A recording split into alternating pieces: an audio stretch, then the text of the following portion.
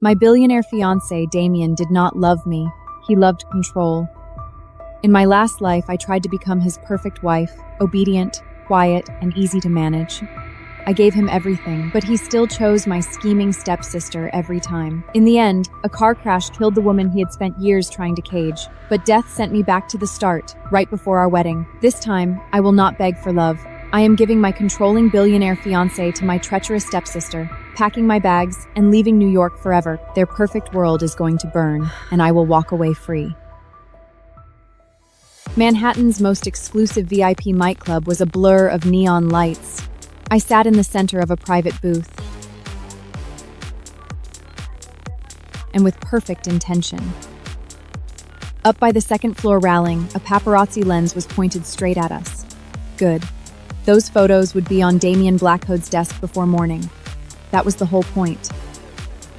Damian needed a wife who was spotless, graceful, and obedient, so I was going to rip his perfect bride fantasy apart with my own hands. If the scandal was ugly enough, he would call off the engagement himself. Then the air around me turned ice cold.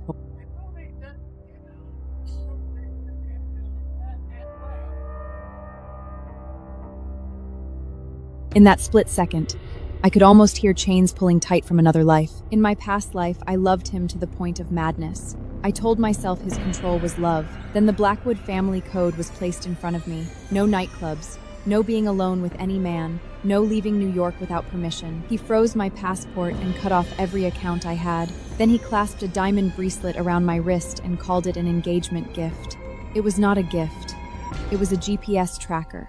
He sanded me down, piece by piece, until I became something quiet and hollow. The perfect Mrs. Blackwood. Then a car crash ended my suffocating life. I had been reborn on the night before our wedding. This time, I did not want Damian. I wanted to be Scarlet Veil again, so the first thing I did was find my father. I want to call off the engagement. What the hell is wrong with you? Marrying into the Blackwood family is the greatest opportunity of your life! He is so perfect, let Clara marry him. She is the dignified, obedient one, the ideal Blackwood wife, right? You are really willing to give it up? I did not wait for the rest. I booked an international flight and moved my passport somewhere Damius could not reach, and called my best friend Mia, come drink with me, which brought me here, to this moment. Who gave you the nerve to come to a place like this? I go where I want. What does that have to do with you?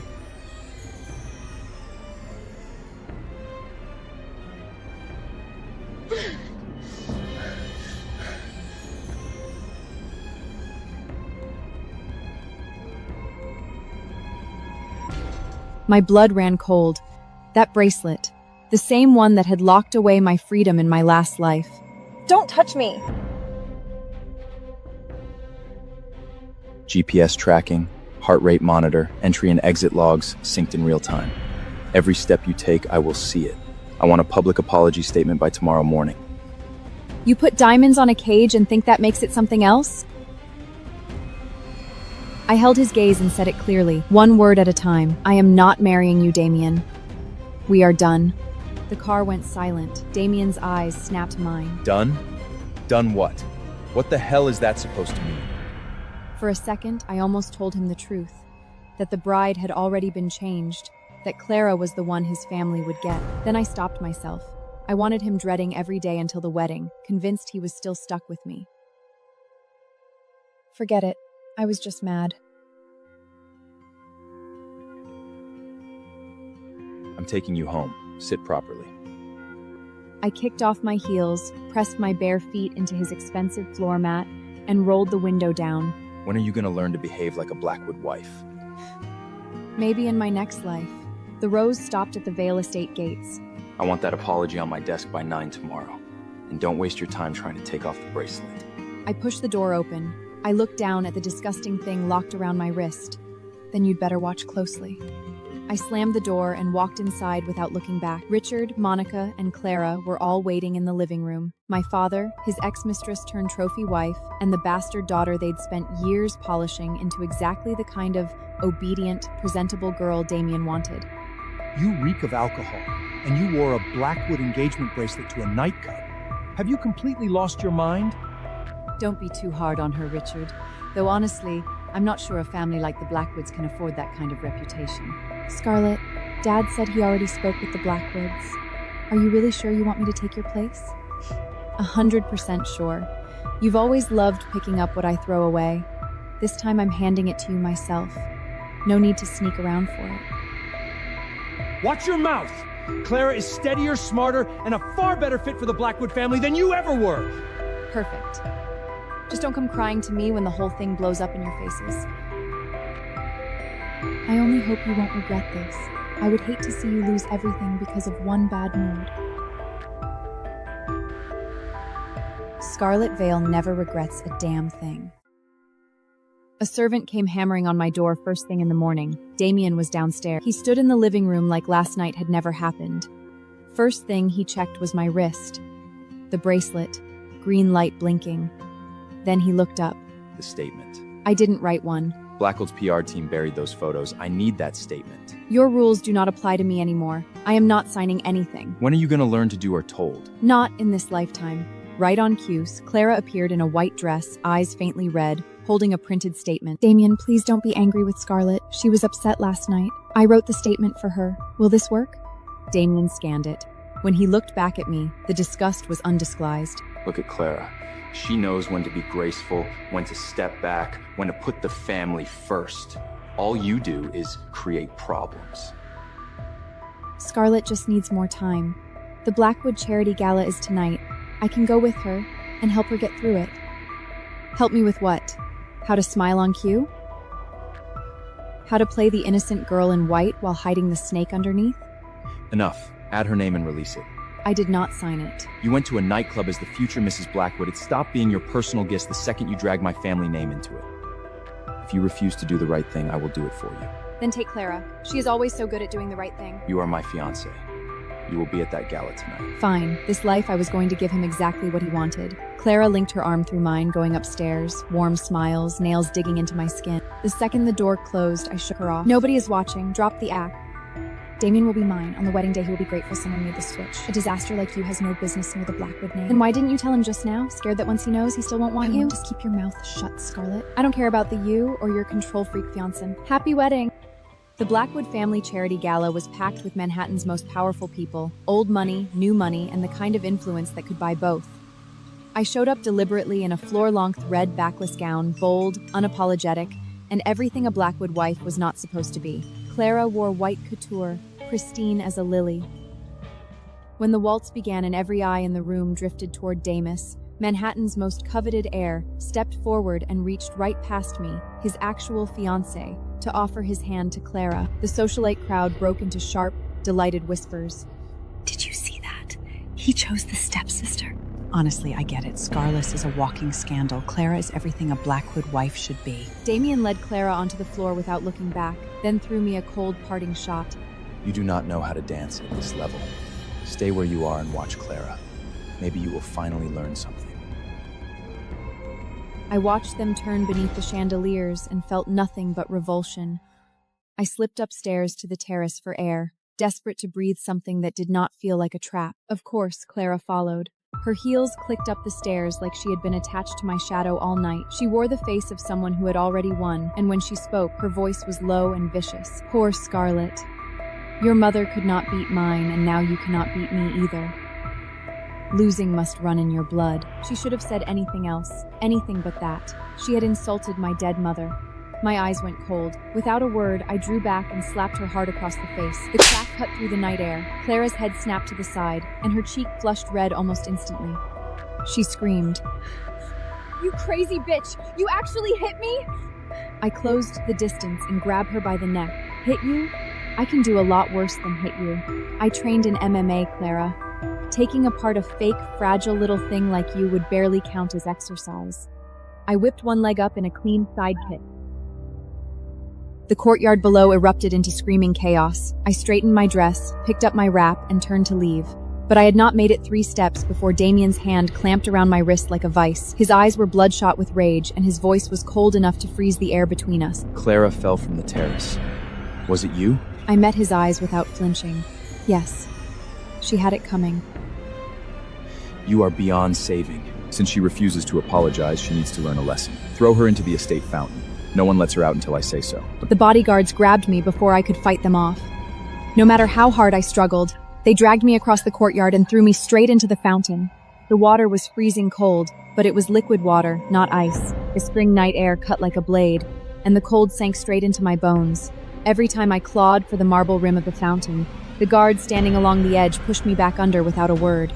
The struggle drained me fast. Then something worse hit me. A sharp, familiar cramp twisted low in my abdomen. My period had come early. Blood seeped into the cold water around me, spreading in slow, dark ribbons beneath the surface. I was trembling, barely conscious, when I heard one of the guards call Damian. Sir, Miss Vale just got her period. There is blood in the water. Should we keep going? There was a brief silence on the other end. Keep going. She will never learn if she does not suffer the consequences. In that moment, my blood ran colder than the fountain ever could. The despair of 2 lifetimes crashed down over me, all at once, and the world went black. When I opened my eyes again, I was in a hospital room that smelled sharply of antiseptic. Damian was sitting at my bedside. When he saw me wake up, he released my hand with an expression of careful indifference. I spoke with your father. He will not give you any more trouble. But do not ever go after Clara. Clara is my father's precious little affair daughter. She is not my problem, and I am not promising you a damn thing. Mr. Blackwood, Clara is getting very upset in the next room. She has been crying and asking for you. I will go check on her. She was hurt because of you. As your fiancé, it is only proper that I go. Go on then. Run to your real fiancé. On the day I was discharged, Damian forced me back into the car and drove me to the Vale estate. But when I pushed open my bedroom door, my blood went cold. Clara was sitting at my vanity, dangling a sapphire necklace from her fingertips. My mother's sapphire necklace, the only thing she had left me. I crossed the room in 3 steps, my voice stripped down to nothing. Put it down and get out. Yours? Scarlet, everything in this house is going to be mine.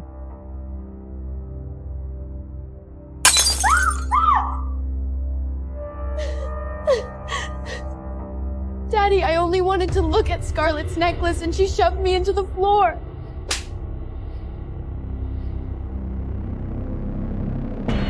What the hell are you smiling at? I looked straight at Clara. You love putting on a show? Fine, I will give you the performance of your life.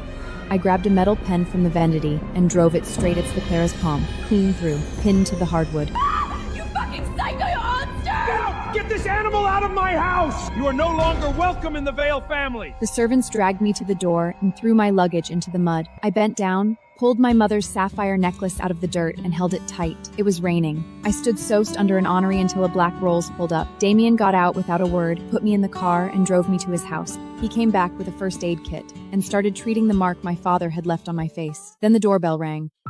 Clara, banded hand, fragile expression. She walked straight into Damian's arms like she belonged there. Damien, I had to come. I was worried what she did to me. She is still Damian's face darkened. Apologize to her. Right now, Scarlet.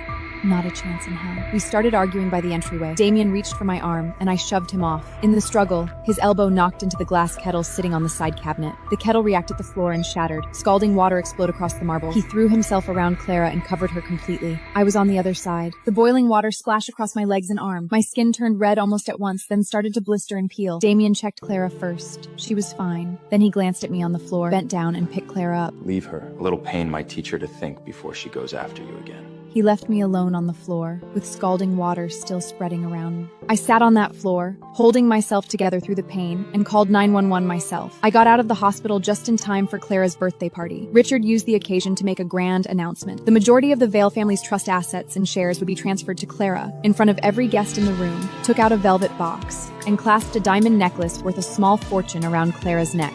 Clara's socialite friends swept over with their glasses, making sure to spill red wine across my dress. Look at the ex-fiancé. You clean up like somebody's charity project. The bottle shattered. Blood and liquor ran together. The room erupted in screams. Damian was on me in seconds, crushing my wrist in his grip, his eyes loaded with contempt. Scarlet, what the hell is wrong with you? Apologize to them. Now. In your dreams. Damian laughed, but there was no humor in it. It was the laugh of a man who had run out of patience completely. He knew exactly what I feared most. Since you refuse to listen, you can sit in the dark and think about what you have done. Lock her in the wine cellar. Nobody opens that door without my permission. They dragged me into the estate's basement wine cellar. Stone walls, no windows, no light. The heavy iron door slammed shut, and total darkness swallowed me whole. 3 days and 3 nights. No water, no food. The fear nearly broke me. On the 4th day, the door finally opened, but it was not Damian. It was Clara, pushing in a piece of equipment I did not recognize. She was smiling like something out of hell. Damian said you needed to learn a real lesson, so I brought something to make sure it sticks. 2 men in black dragged me to a metal chair and strapped me down. They pressed electrode pads to my temples, and the sound was mine. Then there was nothing at all. I woke up in the main house, in a proper bed. Damian was sitting beside me, frowning. I told you to stay in there and think. 3 days. How are you this week? I opened my eyes and looked at him. Your precious Clara brought men into that cellar with an electric shock chair and used it on me. Do you believe me? Impossible. Clara is gentle. She would never do something like that. Scarlet, there is a limit to how far you can take a lie. He would never believe me. Fine. I would collect that debt on my own. That night, I hired a team and made the arrangements myself. That night, Clara had been bound, suspended in the open air through the entire night. Damian kicked my door in, the vein in his temple visible from across the room. You left Clara hanging off a rooftop all night. If it were not for the safety net at the base of the building, she would be dead! I sat by the window trimming my nails without looking up. Damian slammed his hand on the table hard enough to rattle it. The wedding is in a few days. You are staying in this house until then. You are not going anywhere. Do you understand me? The night before the wedding, a still shaking Clara was brought back to the Vale estate. Richard took one look at me and started screaming. Stay away from the wedding tomorrow. Don't you dare show your face and humiliate this family. I picked up the luggage I had already packed and smiled at him. Trust me, that suffocating circus is the last place I would ever want to be. You could not pay me to go. Wedding morning. When I came downstairs, Damian was already in the house. At Clara's insistence, the ceremony had been planned as an elaborate, old-fashioned church wedding. Damian couldn't see who was underneath it. He assumed his lessons had finally worked, that the sharp edges had been worn down, and the woman walking toward him had learned to obey. He stepped forward and took the bride's hand gently. Don't be nervous, Scarlet. I'm right here. I will teach you everything you need to know to become the perfect Mrs. Blackwood. Go on, Damian. Marry your dream wife. Consider it my wedding gift to you both. Once the procession left for St. Hart Cathedral, the Vale estate went completely quiet and flagged a cab to JFK. Inside the car, I pulled a small remote from my coat pocket and looked back at the house one last time. My mother had designed it. Now it sheltered the woman who had replaced her and the daughter who had spent years making my life hell. I was done with it. Miss, was that your house? Yes, I blew it up. do on Tapiha and book click per assister a temporada Miss miniseries as na Dramabox.